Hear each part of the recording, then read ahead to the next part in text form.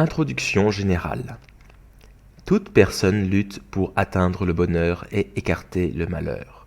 Depuis les banals faits divers individuels jusqu'aux grands événements qui façonnent le cours de l'histoire, tout exprime au fond l'aspiration humaine à un bonheur toujours plus grand. Comment alors atteindre le bonheur ? Les êtres humains éprouvent de la joie quand leurs désirs sont satisfaits. Il nous arrive souvent néanmoins de ne pas comprendre le mot désir en son sens originel, car, dans les conditions actuelles, nos désirs ont tendance à s'orienter vers le mal plutôt que vers le bien. Les désirs qui se soldent par l'injustice n'émanent pas de l'âme originelle. De tels désirs conduisent au malheur, et l'âme originelle le sait bien. C'est pourquoi elle repousse les désirs mauvais et s'efforce de poursuivre le bien. Même au prix de leur vie, les êtres humains cherchent la joie qui peut enchanter leur âme originelle. Telle est la condition humaine. Nous nous évertuons jusqu'à l'épuisement à repousser l'ombre de la mort et à rechercher la lumière de la vie. Quelqu'un a-t-il jamais atteint une joie comblant son âme originelle tout en poursuivant de mauvais désirs ? Chaque fois que de tels désirs sont assouvis, nous ressentons le trouble de notre conscience et l'agonie de notre cœur. Un parent pourrait-il jamais enseigner à faire le mal à son propre enfant ? Un professeur enseignerait-il à dessein l'injustice à ses étudiants ? L'âme originelle que chacun possède est naturellement portée à avoir horreur du mal et à exalter le bien. Il est facile de se rendre compte que la vie des personnes religieuses n'est souvent qu'un perpétuel combat pour atteindre le bien auquel elles tendent en suivant les désirs de leur âme originelle. Pourtant, depuis l'aube des temps, pas une seule personne n'a suivi totalement son âme originelle. Comme l'apôtre Paul le constatait, il n'est pas de juste, pas un seul, n'en est pas de sensé, pas un qui recherche Dieu. Confronté à la condition humaine, il se lamentait. Car je me complais dans la loi de Dieu du point de vue de l'homme intérieur, mais j'aperçois une autre loi dans mes membres qui lutte contre la loi de ma raison et m'enchaîne à la loi du péché qui est dans mes membres. Malheureux homme que je suis. Il y a une grande contradiction en chaque personne. Au sein d'un même individu, deux tendances s'affrontent, l'âme originelle qui aspire au bien et l'âme déchue qui est portée au mal. Elles se livrent un dur combat, cherchant à atteindre des buts antagonistes. Tout être qui recèle une telle contradiction en lui-même est voué à la perdition. Les êtres humains qui ont acquis cette contradiction vivent à la limite de la destruction. Se pourrait-il que la vie humaine soit apparue avec une telle contradiction ? Comment des êtres ayant une nature autodestructrice auraient-ils pu en venir à exister ? La vie humaine n'aurait jamais pu émerger si elle avait été, dès le début, accablée par une telle contradiction. Par conséquent, cette contradiction a dû se développer après la création du genre humain. Le christianisme voit dans cet état de déchéance le résultat de la chute. Pouvons-nous nier que les êtres humains soient déchus ? Quand nous comprenons que, à cause de la chute, nous sommes arrivés à la limite de l'autodestruction, nous faisons des efforts désespérés pour résoudre notre contradiction interne. Nous repoussons les mauvais désirs provenant de notre âme déchue et embrassons les bons désirs jaillissant de notre âme originelle. Malgré tout, nous ne sommes pas parvenus à trouver la réponse définitive à la question « Quelle est la nature du bien et du mal ?» Nous n'avons pas encore de réponse absolue et définitive qui nous permette de distinguer, par exemple, quelle est la bonne option entre le théisme ou l'athéisme. En outre, nous demeurons dans une ignorance complète des réponses aux questions suivantes. Qu'est-ce que l'âme originelle, siège des bons désirs ? Quelle est l'origine de l'âme déchue qui fait naître les désirs mauvais, opposés à l'âme originelle ? Quelle est la cause première de la contradiction qui conduit les êtres humains à leur ruine ? Pour venir à bout des mauvais désirs et suivre nos bons désirs, nous devons vaincre l'ignorance et acquérir la capacité à distinguer clairement le bien du mal. Alors pourrons-nous emprunter le chemin d'une vie intègre que recherche notre âme originelle. Du point de vue de l'intelligence, la chute représente la plongée de l'humanité dans l'ignorance. Il y a deux dimensions chez les êtres humains, intérieure et extérieure, ou encore l'esprit et le corps. De même, l'intelligence revêt deux aspects, intérieur et extérieur. Pareillement, il y a deux types d'ignorance, l'ignorance intérieure et l'ignorance extérieure. L'ignorance intérieure, en termes religieux, est l'ignorance spirituelle. Il s'agit de l'ignorance sur des sujets tels que: quelle est l'origine des êtres humains? Quel est le but de la vie? Qu'y a-t-il après la mort? Dieu et l'au-delà existent-ils? Quelle est la nature du bien et du mal? L'ignorance extérieure, quant à elle, concerne le monde naturel, y compris le corps humain. C'est la méconnaissance des réponses aux questions telles que: quelle est l'origine de l'univers physique? Quelles sont les lois naturelles gouvernant tous les phénomènes? Depuis l'aube de l'histoire jusqu'à nos jours, les êtres humains n'ont eu de cesse de chercher la vérité qui permette de vaincre les deux types d'ignorance pour atteindre la connaissance. L'humanité a emprunté le chemin de la religion pour chercher la vérité intérieure, tout en poursuivant la vérité extérieure par le chemin de la science. La religion et la science, chacune dans son domaine, ont été les méthodes pour chercher la vérité afin de vaincre l'ignorance et de parvenir au savoir.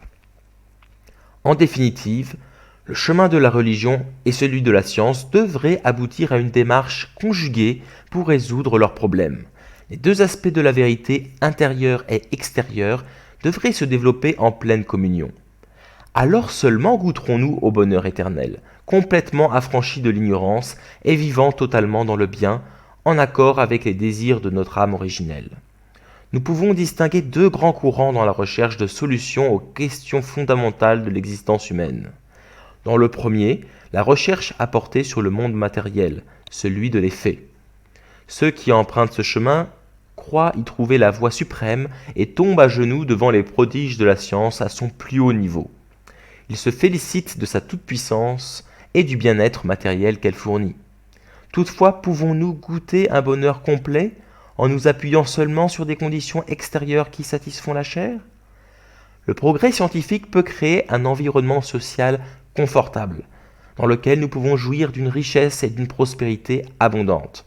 Mais est-ce vraiment suffisant pour que les désirs spirituels de notre âme y trouvent leur compte? Les joies passagères de ceux qui se réjouissent dans les plaisirs de la chair ne sont rien comparées à la félicité que savourent ceux qui empruntent le chemin de l'illumination intérieure et découvrent la voie dans le dénouement le plus pur. Gautama Bouddha, qui abandonna les richesses du palais royal pour connaître l'enchantement de la voie spirituelle, ne fut pas le seul à errer ainsi sans foyer en recherchant le lieu d'apaisement de son cœur. Tout comme un corps sain dépend d'une âme saine, la satisfaction du corps est complète seulement lorsque l'esprit est comblé. Qu'advient-il du marin naviguant sur la mer du monde matériel, sous la voile de la science, à la recherche du bien-être matériel? Laissons-le atteindre le rivage de ses rêves. Il finira bien par s'en rendre compte, ce n'est rien de plus que le tombeau qui renfermera son corps. Où va la science? Jusqu'à présent, la recherche scientifique n'a pas embrassé le monde intérieur de la cause. Elle s'est limitée au monde extérieur. Elle ne s'est pas intéressée au monde de l'essence, mais s'est limitée au monde des phénomènes. Toutefois, la science entre aujourd'hui dans une phase nouvelle.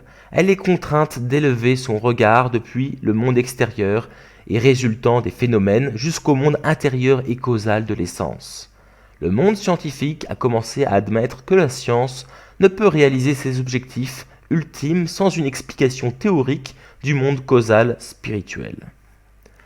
Quand le marin parvenu au terme de son voyage à la recherche de la vérité extérieure sous la voile de la science ajoute une autre voile, celle de la religion, et s'embarque pour un nouveau voyage à la recherche de la vérité intérieure, il finit par prendre la direction à laquelle aspire son âme originelle.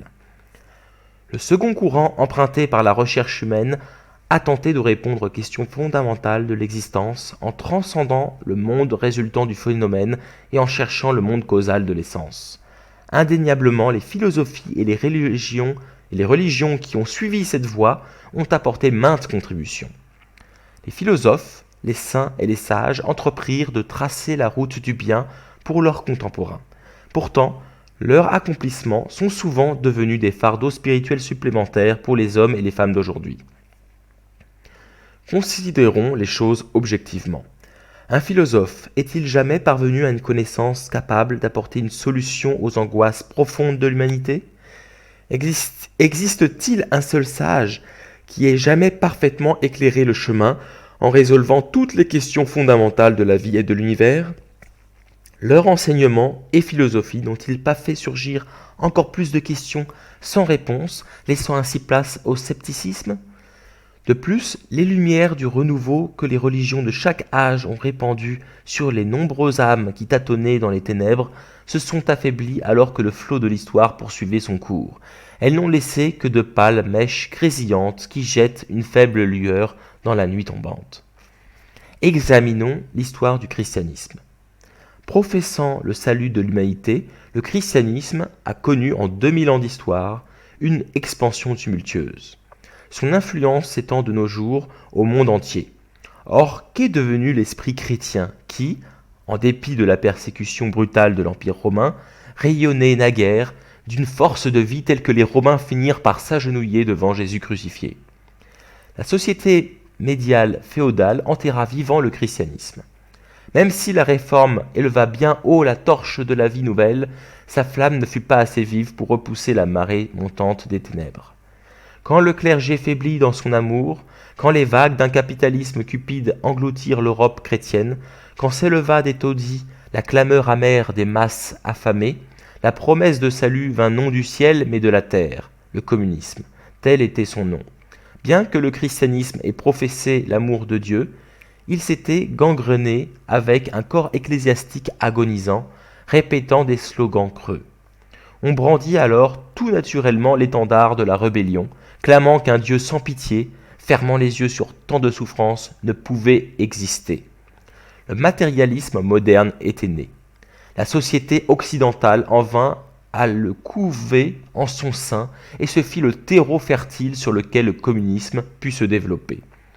Le christianisme a perdu sa capacité à faire jeu égal avec les succès tant du matérialisme que du communisme et a été incapable de présenter une vérité qui puisse contredire leurs théories. Les chrétiens impuissants ont vu ces idéologies naître et croître en leur sein, puis étendre leur influence au reste du monde. Quel gâchis! Plus grave encore, bien que la doctrine chrétienne enseigne que toute l'humanité est issue des mêmes parents, nombreux sont ceux qui, dans les nations chrétiennes où l'on professe cette doctrine, ne viendront même pas s'asseoir à côté de leurs frères et sœurs de couleurs différentes. Cela illustre la situation du christianisme actuel qui a perdu en grande partie son pouvoir de mettre en pratique les paroles de Jésus. Il est souvent devenu une demeure de rituels sans vie, un sépulcre blanchi. Il se peut qu'un jour, les efforts humains viennent à bout de telles tragédies sociales. Mais il est un vice social que les seuls efforts humains n'extirperont jamais. Il s'agit de l'immoralité sexuelle. La doctrine chrétienne y voit un des péchés les plus graves. Quelle tragédie que la société chrétienne contemporaine ne puisse mettre un terme à ce chemin de perdition où tant de gens se précipitent aveuglément. Le christianisme actuellement est en proie à la division et à la confusion, et il ne peut qu'assister impuissant au spectacle d'innombrables vies broyées par le tourbillon de l'immoralité. Voilà qui montre bien que le christianisme traditionnel n'est pas en mesure à l'époque actuelle de poursuivre la providence pour sauver l'humanité. Pour quelles raisons les personnes religieuses, malgré leur recherche intense de la vérité intérieure, n'ont-elles pas été en mesure d'accomplir la mission que Dieu leur avait confiée ? La relation entre le monde de l'essence et le monde du phénomène peut être comparée à celle entre l'esprit et le corps. C'est une relation d'intérieur à extérieur, de cause à effet, de partenaire sujet à partenaire objet. De même que nous ne pouvons atteindre la maturité de notre personnalité que lorsque notre esprit et notre corps sont complètement unis, ainsi les deux mondes de l'essence et du phénomène doivent se joindre en une parfaite harmonie avant que le monde idéal ne puisse être réalisé. Comme dans la relation entre l'esprit et le corps, le monde du phénomène ne peut exister séparément du monde de l'essence, et le monde de l'essence ne peut exister séparément du monde du phénomène. Par conséquent, la vie après la mort est inséparablement liée à la vie dans ce monde. La joie spirituelle est incomplète sans un réel contentement physique. Les religions, dans leur quête de la vie éternelle, ont déployé des efforts acharnés pour nier la vie dans ce monde. Elles ont méprisé la satisfaction du corps pour obtenir la félicité spirituelle. Mais les êtres humains ont beau essayer de toutes leurs forces, ils ne peuvent se couper de la réalité de ce monde, ni anéantir le désir du contentement physique, qui les poursuit comme une ombre sans qu'ils puissent s'en débarrasser. Ce monde et ses désirs maintiennent une emprise tenace sur les personnes religieuses, les conduisant dans les affres de l'agonie. Telle est la contradiction qui empoisonne leur vie de dévotion. Bien qu'éclairés, de nombreux maîtres spirituels toujours en proie à cette contradiction ont connu une triste fin. C'est là un facteur essentiel de l'inactivité et de la faiblesse des religions actuelles. Elles n'ont pas surmonté cette contradiction interne. Un autre facteur a voué les religions au déclin. Dans la foulée du progrès scientifique, l'intelligence humaine a connu une évolution importante, exigeant une approche scientifique pour comprendre la réalité. Les doctrines traditionnelles des religions, pour leur part, sont largement dépourvues d'explications scientifiques. En d'autres termes, les interprétations courantes de la vérité intérieure et de la vérité extérieure ne s'accordent pas. Le but ultime de la religion ne peut être atteint qu'à partir du moment où l'on commence à y croire dans son cœur et que, ensuite, on la met en pratique. Toutefois, sans le soutien de la compréhension, la foi ne peut se développer. Par exemple, c'est pour comprendre la vérité et ainsi affermir notre foi que nous étudions les Écritures saintes. De même, c'était pour aider les gens à comprendre qu'il était le Messie et les amener à croire en lui que Jésus accomplissait des miracles. La compréhension est le point de départ de la connaissance. Aujourd'hui, toutefois, les hommes et les femmes n'acceptent pas ce qui n'est pas démontrable par la logique de la science. Par conséquent, puisque les religions sont maintenant incapables de guider les êtres humains, ne serait-ce qu'au niveau de la compréhension, et encore moins dans leur vie de foi, elles ne peuvent accomplir leur but. Même la vérité intérieure exige des explications logiques et convaincantes. En fait, à travers le long cours de l'histoire, les religions ont évolué jusqu'au point où leurs enseignements vont pouvoir être élucidés scientifiquement. La religion et la science, s'étant lancées dans la mission de surmonter les deux aspects de l'ignorance humaine, ont semblé au cours de leur développement prendre des positions qui étaient antagonistes et inconciliables. Toutefois, pour que l'humanité surmonte complètement les deux aspects de l'ignorance et réalise pleinement la bonté que l'âme originelle désire, il faut qu'émerge, à un moment de l'histoire, une nouvelle vérité qui puisse réconcilier la religion et la science et résoudre leurs questions dans une démarche intégrée. Il se peut que les croyants, en particulier les chrétiens, soient choqués d'apprendre qu'une nouvelle expression de la vérité doit apparaître. Ils croient que les Écritures, telles que nous les connaissons, sont déjà parfaites et sans défaut. Certes, la vérité elle-même est unique, éternelle, immuable et absolue. Les Écritures, toutefois, ne sont pas la vérité elle-même, mais constituent des recueils enseignant la vérité. Elles furent données à des moments différents dans l'histoire, alors que l'humanité se développait à la fois spirituellement et intellectuellement. La profondeur et l'étendue de l'enseignement, ainsi que la façon d'exprimer la vérité, ont naturellement varié en fonction de chaque âge. Par conséquent, nous ne devons jamais considérer de tels textes comme absolus jusque dans les moindres détails. Les êtres humains ont besoin de la religion pour chercher la réalité ultime et accomplir le bien en accord avec l'inclination de leur âme originelle. Ainsi, le but des différentes religions est-il identique? Toutefois, celles-ci ont revêtu différentes formes selon leurs missions respectives, les cultures dans lesquelles elles ont pris racine et leur période historique particulière. Leurs écritures ont revêtu différentes formes pour des raisons similaires.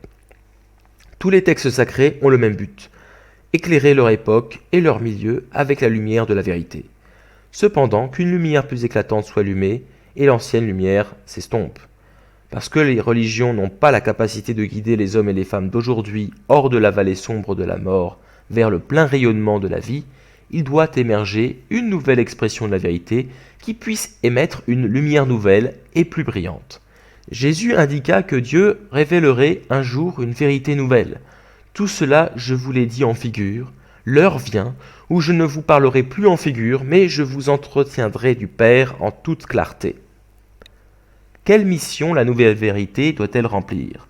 La nouvelle vérité doit être capable d'unifier la connaissance en réconciliant la vérité intérieure recherchée par la religion et la vérité extérieure recherchée par la science. Elle permettra ainsi à tous les êtres humains de surmonter les deux types d'ignorance, intérieure et extérieure et de pleinement assimiler les deux types de connaissances. Ensuite, la nouvelle vérité doit guider les êtres humains déchus pour qu'ils puissent barrer les chemins qu'emprunte l'âme déchue et poursuivre les buts de l'âme originelle, leur permettant d'atteindre la bonté. Elle devrait amener les êtres humains à surmonter la duplicité de l'âme qui poursuit tantôt le bien et tantôt le mal. Elle devrait armer les personnes religieuses pour vaincre la contradiction à laquelle elles se heurtent dans leur lutte pour vivre selon la voie de Dieu. Pour les êtres humains déchus, la connaissance est la lumière de la vie qui détient la puissance du renouveau, alors que l'ignorance est l'ombre de la mort et cause de ruine. Des émotions authentiques ne sauraient voir le jour dans l'ignorance et, quand la compréhension et le sentiment font défaut, la volonté d'agir ne peut apparaître. Sans un fonctionnement correct du sentiment, de l'intelligence et de la volonté, personne ne peut vivre comme un véritable être humain. Puisque nous avons été créés de telle sorte que nous ne pouvons vivre séparés de Dieu, il s'ensuit que notre ignorance de Dieu nous entraîne dans des chemins misérables. Même si notre étude de la Bible est assidue, pouvons-nous vraiment dire que nous connaissons la réalité de Dieu ? Pourrons-nous jamais ainsi appréhender pleinement le cœur de Dieu ? La nouvelle expression de la vérité doit être en mesure de révéler le cœur de Dieu, son cœur rempli de joie au moment de la création, son cœur brisé quand ses enfants bien-aimés qu'il ne pouvait abandonner se rebellèrent contre lui, et son cœur œuvrant pour les sauver tout au long de l'histoire. Constituée par la vie d'hommes et de femmes attirés à la fois par le bien et par le mal, l'histoire est remplie de luttes. Aujourd'hui, les conflits extérieurs, les luttes portant sur la propriété, la population et le territoire diminuent progressivement. Les êtres humains se rapprochent les uns des autres, en transcendant les différences entre leurs races. Les vainqueurs de la Deuxième Guerre mondiale ont émancipé leurs colonies, leur conférant des droits égaux à ceux des grandes puissances et les incluant comme membres de l'Organisation des Nations Unies. Ils œuvrent de concert pour établir un ordre mondial. L'hostilité et la discorde dans les relations internationales se sont atténuées alors que les questions économiques occupent le devant de la scène et que les nations coopèrent pour construire des unions économiques. La culture circule librement. Les nations rompent leur isolement traditionnel et le fossé culturel entre l'Orient et l'Occident se comble. Toutefois, un conflit ultime et inévitable demeure sur notre chemin, l'affrontement entre la démocratie et le communisme. Bien que chaque camp soit équipé d'armes terrifiantes et se tienne prêt à entrer en guerre contre l'autre, le noyau de leur conflit est intérieur et idéologique. Quel camp triomphera dans cette bataille idéologique ultime ? Quiconque croit en la réalité de Dieu répondra sûrement que la démocratie l'emportera. Cependant, la démocratie ne possède aucune doctrine capable de l'emporter sur le communisme, et elle n'a pas non plus la force intérieure pour le faire. Par conséquent, afin que la providence pour le salut puisse pleinement s'accomplir, la nouvelle vérité devrait d'abord conduire l'idéalisme du monde démocratique à un niveau plus élevé, puis l'utiliser pour subjuguer le matérialisme et finalement amener l'humanité vers un monde nouveau. Cette vérité devrait être capable d'embrasser toutes les religions, idéologies et philosophies de l'histoire et de créer une unité complète entre elles. Certaines personnes, il est vrai, refusent de croire à une religion. Elles refusent de croire parce qu'elles ne connaissent pas la réalité de Dieu et de la vie après la mort. Quelle que soit leur ardeur à vouloir nier ces réalités, il est dans la nature humaine, si elles peuvent être prouvées scientifiquement, de les accepter et d'y croire. De plus, le ciel a doté les êtres humains d'une nature telle que ceux qui placent le but ultime de leur vie dans le monde matériel éprouveront finalement un grand vide et un manque dans leur cœur. Quand les gens en viendront à connaître Dieu grâce à la nouvelle vérité et à entrer en contact avec la réalité du monde spirituel, ils comprendront qu'ils ne devraient pas placer le but ultime de leur vie dans le monde matériel, mais devraient au contraire se tourner vers le monde éternel. Ils emprunteront le chemin de la foi et, quand ils atteindront leur destination finale, ils se retrouveront en tant que frères et sœurs. Si toute l'humanité est appelée à s'unir fraternellement par le biais de cette vérité, à quoi ressemblera ce monde ? Attirés par la lumière de la nouvelle vérité, tous ceux qui auront lutté à travers le long cours de l'histoire pour dissiper les ténèbres de l'ignorance viendront se rassembler. Ils formeront une grande famille universelle. Puisque le but de la vérité est de réaliser le bien Et puisque Dieu est l'origine du bien, Dieu sera le centre du monde fondé sur cette vérité. Tous en viendront à adorer et servir Dieu comme leurs parents et à vivre en harmonie les uns avec les autres dans un amour fraternel. C'est le propre de la nature humaine que ceux qui font du tort à leur prochain à des fins égoïstes souffrent plus des remords de leur conscience qu'ils ne jouissent des profits de leurs gains injustes. Quiconque comprend cela s'abstient de nuire à son prochain. Mais si le cœur des êtres humains en arrivait à déborder d'un amour fraternel authentique, ils souhaiteraient même ne plus rien entreprendre qui pût causer une souffrance à leur prochain. Cela se vérifierait d'autant plus dans une société peuplée de personnes qui sentiraient vraiment que Dieu, qui transcende le temps et l'espace et veille sur chacun de leurs actes, veut les voir s'aimer les uns les autres. Par conséquent, une fois que l'histoire de l'humanité pécheresse sera parvenue à son terme, une nouvelle ère s'ouvrira, où les gens ne pourront tout simplement pas commettre de péché. La raison pour laquelle les personnes qui croient en Dieu continuent à commettre des péchés est que leur foi demeure conceptuelle. Elle n'a pas atteint les profondeurs de leurs sentiments. Qui parmi elles oserait jamais commettre un péché si elle faisait l'expérience de Dieu au tréfonds de son être? Ne tremblerait-elle pas si elle éprouvait la réalité de la loi céleste selon laquelle ceux qui commettent des transgressions ne peuvent échapper au destin de l'enfer? Ce monde sans péché qui vient juste d'être décrit, longtemps recherché par l'humanité, peut être appelé le royaume de Dieu. Puisque ce monde doit être établi sur la terre, on peut l'appeler le royaume de Dieu sur la terre. Nous pouvons conclure que le but ultime de l'œuvre de Dieu pour le salut est d'établir son royaume sur la terre. Nous avons expliqué précédemment que les êtres humains sont dans un état de contradiction à cause de la chute qui s'est produite après leur création. Si nous acceptons l'existence de Dieu, nous comprenons alors de toute évidence quelle sorte de monde il voulait originellement créer avant la chute de nos premiers ancêtres. En d'autres termes, ce monde devait devenir le royaume de Dieu sur la terre où son but pour la création aurait produit ses fruits. À cause de la chute, les êtres humains ont failli à leur tâche d'établir ce monde. Au lieu de cela, ils sont sombrés dans l'ignorance et ont bâti un monde de péché. Depuis lors, les êtres humains déchus ont lutté sans cesse pour établir le royaume de Dieu sur la terre, le monde que Dieu projetait de créer à l'origine. Tout au long de l'histoire, ils ont cherché la vérité, à la fois intérieure et extérieure, et se sont efforcés de poursuivre le bien. Ainsi, derrière l'histoire, se profile la providence pour restaurer un monde où le but de Dieu pour la création est accompli. De ce fait, la nouvelle vérité devrait amener les êtres humains déchus à retrouver leur état originel.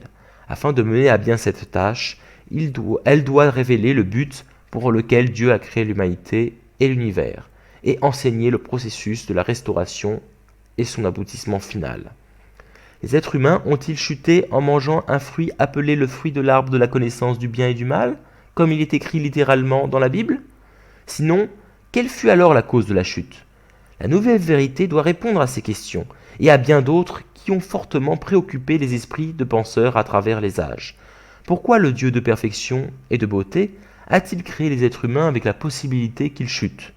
Pourquoi le Dieu omniscient et omnipotent n'a-t-il pu empêcher leur chute, alors même qu'il les savait en train de chuter?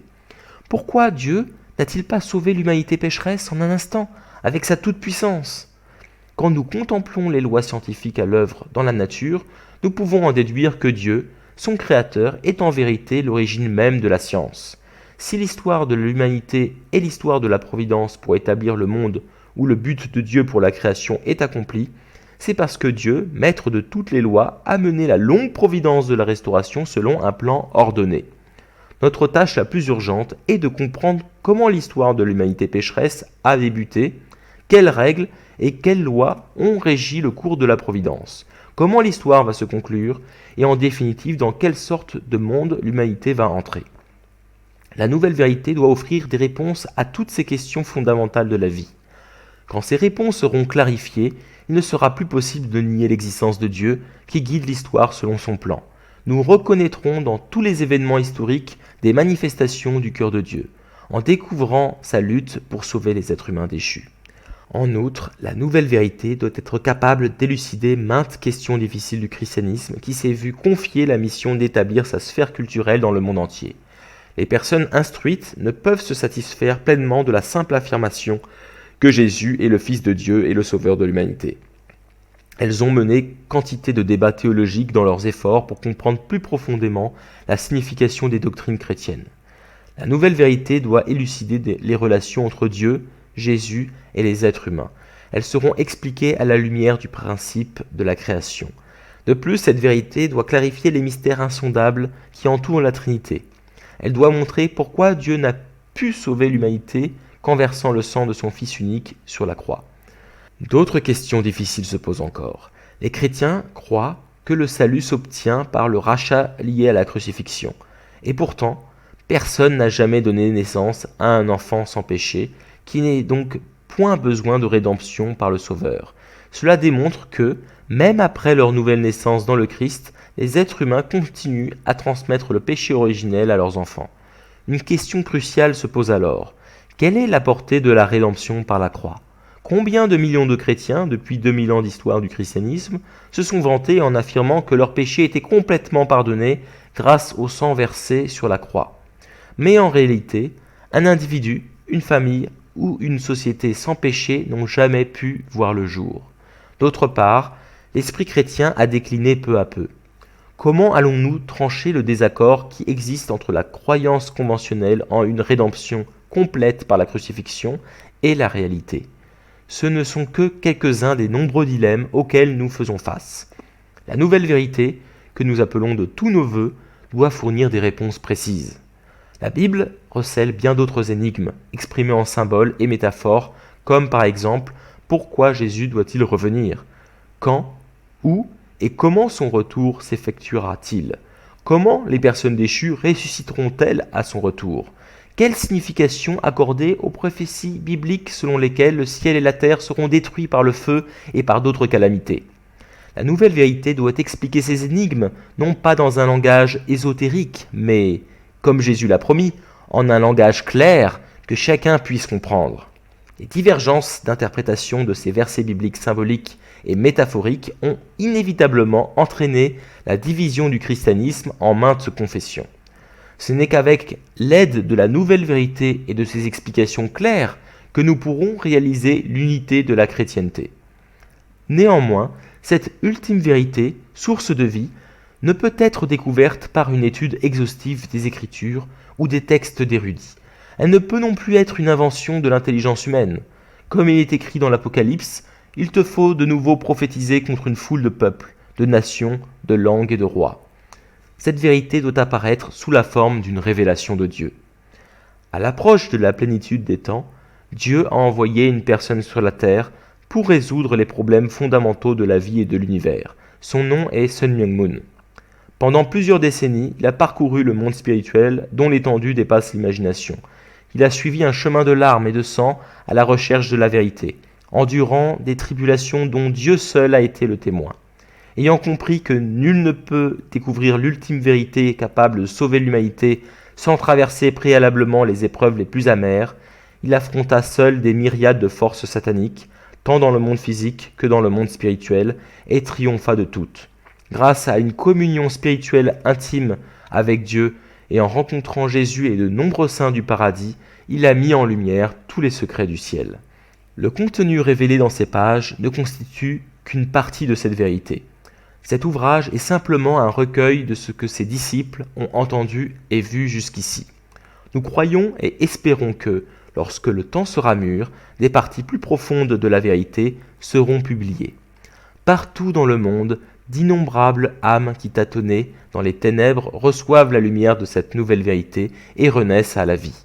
En être témoin nous inspire profondément et nous incite à verser des larmes de gratitude. Nous souhaitons de tout notre cœur que cette lumière puisse rapidement emplir toute la terre.